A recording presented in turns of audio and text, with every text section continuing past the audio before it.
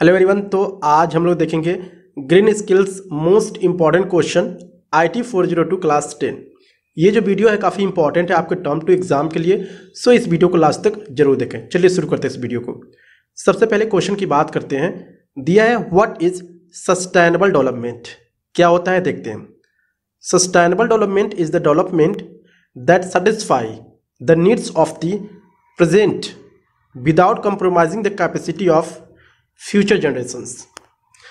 समझते हैं, sustainable development का यही मतलब है कि ये क्या करता है, हमारे नीड को सेटिस्फाई करता है। यानी हम कुछ भी रिसोर्सेज इन्वायरमेंट का यूज कर रहे हैं, ठीक है, बिना चिंता किए हुए कि ये जो रिसोर्सेज हैं वो फ्यूचर के लिए बचेंगे या नहीं बचेंगे, ठीक है।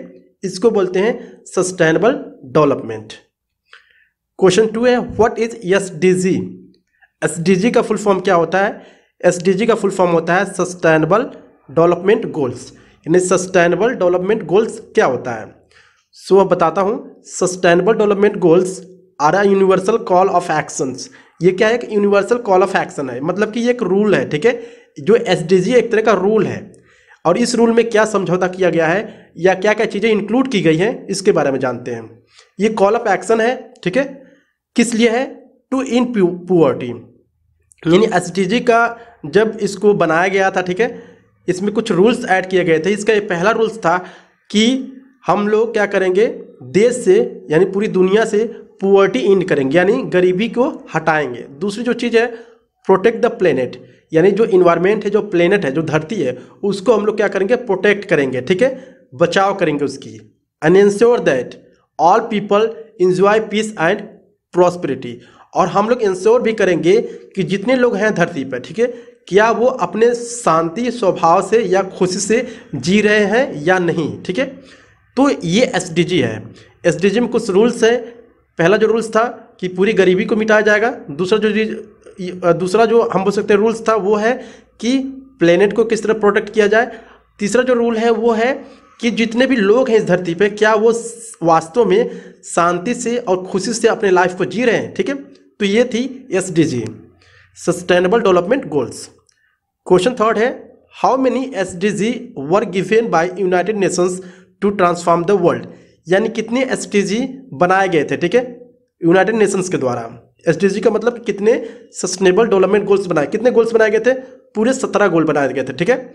17 SDG were launched to transform the world. यानी 17 सस्टेनेबल डेवलपमेंट गोल्स बनाए गए थे पूरी दुनिया को चेंज करने के लिए, ठीक है। क्वेश्चन 4 है राइट एनी 5 SDG। यानी कोई 5 सस्टेनेबल डेवलपमेंट गोल्स के नाम लिखिए। तो पहला है पुअर्टी, दूसरा है जेंडर इक्वालिटी, तीसरा है वाटर यूज, चौथा है एनर्जी, पांचवा है क्लाइमेट चेंज। अब मैं वन बाय वन क्या करता हूँ समझाता हूँ। पुअर्टी का मतलब पुअर्टी गरीबी को हटाना है, ठीक है। दूसरा जो चीज़ है जेंडर इक्वालिटी, कि जितने भी लोग हैं, ठीक है, वो इक्वालिटी होके रहें, ठीक है, धरती पर। तीसरा है वाटर यूज, कि हम लोग क्या करें, लिमिटेड हम बोल सकते हैं लिमिटेड मात्रा में वाटर को यूज करें ताकि फ्यूचर जनरेशन के लिए भी बचाया जा सके।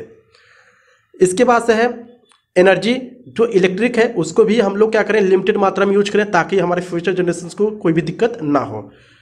चौथा है क्लाइमेट चेंज। क्लाइमेट चेंज है कि जो क्लाइमेट इन्वायरमेंट है, ठीक है, जिस तरह से चेंज हो रहा है, यानी उसको बनाए रखने के लिए हम क्या क्या कदम उठा सकते हैं। इसमें भी SDG यानी सस्टेनेबल डेवलपमेंट गोल्स बनाए गए हैं। नेक्स्ट है what is organic farming. Organic farming क्या होता है, ये आपके सैंपल पेपर टर्म 2 में आया है। So organic farming is the where farmers do not use chemicals, pesticides and fertilizers to increase their production. Organic farming का मतलब होता है कि ऐसे किसान जो होते हैं, ठीक है, वो अपने जब फसल लगाते हैं तो उस फसल में केमिकल्स का बिल्कुल भी यूज नहीं करते हैं, ठीक है, ना ही कोई केमिकल पेस्टिसाइड्स का यूज करते हैं अपने जो क्रॉप है, फसल है, उसका प्रोडक्शन बढ़ाने के लिए। उसको बोलते हैं ऑर्गेनिक फार्मिंग, यानी शुद्ध हम बोल सकते हैं फसल बिना किसी खाद वगैरह के, बिना केमिकल के, उसको बोलते हैं ऑर्गेनिक फार्मिंग। 6 है name the organisations which made the sustainable development goals. यानी ऐसे ऑर्गेनाइजेशंस का नाम बताइए जो SDG यानी सस्टेनेबल डेवलपमेंट गोल्स को बनाया है। तो उसका नाम है यूनाइटेड नेशंस। क्वेश्चन 7 है what are the advantages of using kulhads in a place of plastic cup. कुल्हड़ क्या होता है? कुल्हड़ हम उसे कहते हैं जो क्या होता है, मिट्टी का कप होता है, ठीक है, मिट्टी का कप बनाया जाता है चाय पीने के लिए, तो उसको कुल्हड़ बोलते हैं। तो ये पूछ रहा है क्या फ़ायदा है कुल्हड़ का यूज करने से प्लेस ऑफ प्लास्टिक, यानी प्लास्टिक कप के जगह अगर हम लोग कुल्हड़ मिट्टी के छोटे छोटे कप यूज करते हैं तो क्या फ़ायदा है। सो यहाँ पर फ़ायदा ये है, देखते हैं 3 फायदा बताया गया है। Reduce cutting of tree for making paper cups.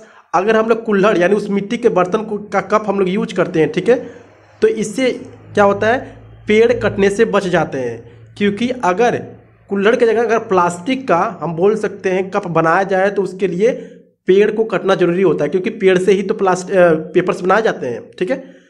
दूसरा जो चीज़ है job creation for the potters. दूसरा जो फायदा वो है कि जो पॉटर्स एंड कुम्हार हैं उनके लिए जॉब बढ़ जाता है, क्योंकि जो कुल्हड़ है अगर हम लोग यूज करेंगे तो उसकी जो डिमांड है काफ़ी ज़्यादा हो जाएगी और उनकी जो प्रॉफिट होगी, पैसे की जो इकॉनमी होगी वो भी बढ़ जाएगी, ठीक है, विच कंट्रीब्यूट टू इकोनॉमी। थर्ड है रिड्यूस प्लास्टिक वेस्ट। अगर हम लोग प्लास्टिक के जगह कुल्हड़ का यूज करें, ठीक है, यानी मिट्टी के बर्तन का यूज करें, तब वहाँ पर क्या होगा, प्लास्टिक जो वेस्ट होगा वो कम हो जाएगा, ठीक है। तो 3 फायदे यहाँ पे हैं। क्वेश्चन 8 है define the term environment. Environment क्या होता है? द सराउंडिंग्स और conditions in which a person live is called environment. यानी जो हमारे चारों तरफ है या ऐसा कंडीशंस जहाँ पे एक इंसान रहता है, ठीक है, उसको इन्वायरमेंट बोला जाता है। क्वेश्चन 9 है write two issues which arises due to the exploitations of environment. यानी 2 इशू बताइए जिससे क्या हो रहा है, जो हमारा इन्वायरमेंट है उससे क्या हो रही है, प्रॉब्लम क्रिएट हो रही है, उसे प्रॉब्लम हो रही है, जो इन्वायरमेंट में रहे उन लोगों को प्रॉब्लम हो रही है। तो पहला है ग्लोबल वार्मिंग, यानी जो गर्मी है ना जैसे बढ़ रही है तो जो इंसान है, जो व्यक्ति हैं धरती पर रह रहे हैं उनको काफ़ी दिक्कतें हो रही हैं। दूसरी जो चीज़ है क्लाइमेट चेंज, यानी कि इन्वायरमेंट में चेंज हो रहा है तो जो क्लाइमेट चेंज भी हो रहा है, जिसकी वजह से कभी क्या हो रहा है कि ठंड के समय भी बरसात होना शुरू हो जा रहा है, ठीक है। तो कोई फिक्स वेदर नहीं रह गया है कि मतलब इस समय पे हम बोल सकते हैं कि गर्मी ही पड़नी है, इस समय पर ठंडी ही पड़नी है, क्योंकि कभी कभार क्या हो रहा है कि ठंड में भी बारिश होने पड़ रहा है, ठीक है, और कभी कभार क्या हो रहा है कि गर्मी में भी काफ़ी हम बोल सकते हैं बरसात में भी काफ़ी गर्मी होती है। तो ये जो क्लाइमेट चेंज होता है ना, प्रॉब्लम एराइजेस होती है ग्लोबल वार्मिंग के थ्रू और क्लाइमेट चेंज के थ्रू। क्वेश्चन 10 है right 5 man made disruptions that cause ecological imbalance. यानी 5 ऐसे चीज का नाम लिखिए जो ह्यूमन यानी जो इंसान है वो कर रहे हैं और उसकी वजह से क्या हो रहा है, जो हमारी इन्वायरमेंट है ना उस पर काफ़ी बड़ा प्रभाव पड़ रहा है। तो कौन से ऐसे 5 चीज़ हैं मैन मेड डिस्ट्रप्शंस? पहला है डिफॉरेस्टेशन। डिफॉरेस्टेशन का मतलब कि जब पेड़ की कटाव हो रही है तो इसकी वजह से क्या हो रही है कि जो ग्लोबल वार्मिंग है वो बढ़ता जा रहा है, ठीक है, पहला। दूसरा जो चीज़ है वो है degradation of land and soil erosion, यानी जो पेड़ हैं, ठीक है, वो कट जा रहे हैं, तो कटने से पेड़ से क्या हो रहा है, ये जो मिट्टी है वो नीचे से खिसकने लग रही है, सॉइल इरोजन होना शुरू हो जा रहा है। क्योंकि अगर पेड़ यहाँ पर रहता तो इसकी जो जड़ें होती हैं वो मिट्टी को जकड़े रहती है, लेकिन यहाँ पर जब पेड़ ही कट जाएगा तो मिट्टी कौन जकड़ेगा, ठीक है, इसीलिए सॉइल इरोजन भी बढ़ जाता है। दूसरी जो डिस्ट्रप्शन है। तीसरा है ओवर, ठीक है, ओवर एक्सप्लॉयटेशन ऑफ रिसोर्सेस, यानी हम जो रिसोर्सेस है उसको काफ़ी यूज कर रहे हैं, ज़्यादा मात्रा में यूज कर रहे हैं, ठीक है, यानी हम बोल सकते हैं कोयला का यूज है तो हम भी काफ़ी ज़्यादा मात्रा में यूज कर रहे हैं, तो आने वाले समय में क्या हो जाएगा कि वो कभी ना कभी खत्म ही हो जाएगी। तो इससे भी क्या हो रहा है कि डिस्ट्रप्शंस क्रिएट हो रहा है। चौथा इंडस्ट्रियल एंड एटमॉस्फेरिक पॉल्यूशन। अब देखो जो इंडस्ट्री है, ठीक है, वो क्या कर रही है, पॉल्यूशन काफ़ी बढ़ा रही है, एटमॉस्फेरिक भी, ठीक है, और हम बोल सकते हैं इन्वायरमेंटल भी। तो ये क्या हो रहा है, इससे जो इंडस्ट्रियल है, ठीक है, उनसे भी काफ़ी पॉल्यूशन बढ़ रहा है, ये भी एक डिस्ट्रप्शन है। पांचवा है फॉल्टी माइनिंग प्रैक्टिसेस, यानी जो खनन हो रहा है, ठीक है, जो मिट्टी के खनन हो रहा है, ये भी काफ़ी प्रॉब्लम क्रिएट करेगी हमारे इन्वायरमेंट पर। तो ये 5 डिस्ट्रप्शन थे। अब नेक्स्ट जो क्वेश्चन है वो है what is a deforestation. Deforestation क्या होता है? सो cutting of large number of trees for human activities is called deforestation, यानी किसी व्यक्ति के यूज के लिए ढेर सारी मात्रा में पेड़ों को काटना ही डिफॉरेस्टेशन कहलाता है। क्वेश्चन 12 है write two problems with arise due to the deforestation. अगर पेड़ कट रहे हैं तो उससे क्या ऐसे 2 प्रॉब्लम्स हमारे ऊपर आएंगे, उनके नाम लिखिए। तो 2 प्रॉब्लम जो है वो है, पहला है सॉइल इरोजन, मिट्टी का कटाव शुरू होना मतलब कटना शुरू हो जाएगा। दूसरा जो चीज़ है वो है डिग्रेडिंग क्वालिटी ऑफ लैंड, यानी जो क्वालिटी है लैंड की, मिट्टी की, वो घट जाएगी। ठीक है, तो दो प्रॉब्लम क्रिएट होगी अगर हम लोग पेड़ को काटते हैं। क्वेश्चन 13 है name 2 types of pollutions which increase due to the industrialisations. 2 तरह का पॉल्यूशन के नाम लिखिए कि कब वो इंक्रीज होती है, जब इंडस्ट्री वगैरह ज़्यादा मात्रा में बढ़ती जाती है। तो उसके जो नाम है वो है एयर पॉल्यूशन बढ़ जाता है जब ज़्यादा इंडस्ट्री हो जाएगा, और दूसरा वाटर पॉल्यूशन। 2 पॉल्यूशन वो आराम से बढ़ जाएगा। ठीक है, अगर ज़्यादा इंडस्ट्री हो जाएगी तो। क्वेश्चन 14 है name any 2 natural resources. 2 natural resources के नाम बताइए। तो पहला एयर है, दूसरा है वाटर। क्वेश्चन 15 है how an individual can contribute in controlling air pollution.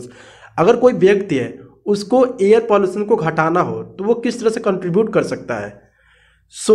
यहाँ पर तरीका दिया है यूजिंग पब्लिक ट्रांसपोर्ट, यानी पब्लिक ट्रांसपोर्ट को कंट्रोल करे, उससे हो सकता है।